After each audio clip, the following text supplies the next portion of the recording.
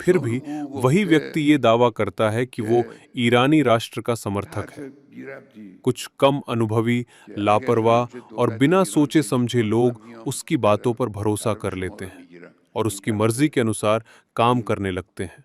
उसे खुश करने के लिए कूड़ेदानों में आग लगाते हैं और देश की संपत्ति को नुकसान पहुंचाते हैं। सबको ये जान लेना चाहिए कि इस्लामिक रिपब्लिक, जो लाखों ईमानदार लोगों के बलिदान से अस्तित्व में आया है,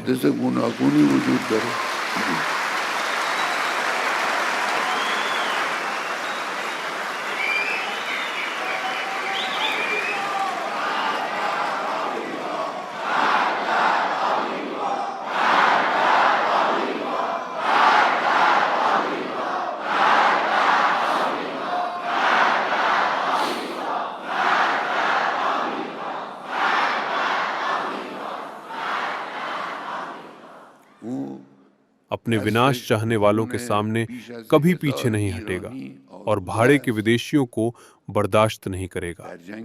आप जो चाहें कहलाएं, लेकिन जब आप किसी विदेशी ताकत के लिए काम करते हैं तो राष्ट्र आपको अस्वीकार कर देता है और इस्लामी व्यवस्था भी आपको अस्वीकार करती है। कल रात तेहरान और देश के कुछ अन्य इलाकों में कुछ उपद्रवी सामने आए, जिन्होंने केवल अमेरिकी राष्ट्रपति को खुश करने के लिए अपने ही देश की संपत्ति को नुकसान पहुंचाया। एक गैर जरूरी और उकसावे भरे बयान के बाद उन्होंने दावा किया कि अगर ईरान में ऐसा किया गया तो वो आकर उनका समर्थन करेगा।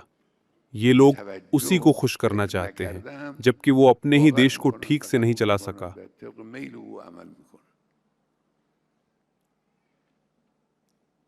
और उसके शासन में उसके अपने देश में कई गंभीर घटनाएं हुई। उसके हाथ 1000 से ज्यादा ईरानियों के खून से रंगे हैं। जो व्यक्ति अहंकार और घमंड के साथ पूरी दुनिया का न्यायाधीश बनने बैठा है, उसे याद रखना चाहिए कि इतिहास में फिरौन, नमरूद, रजा खान और मोहम्मद रजा जैसे अत्याचारी शासक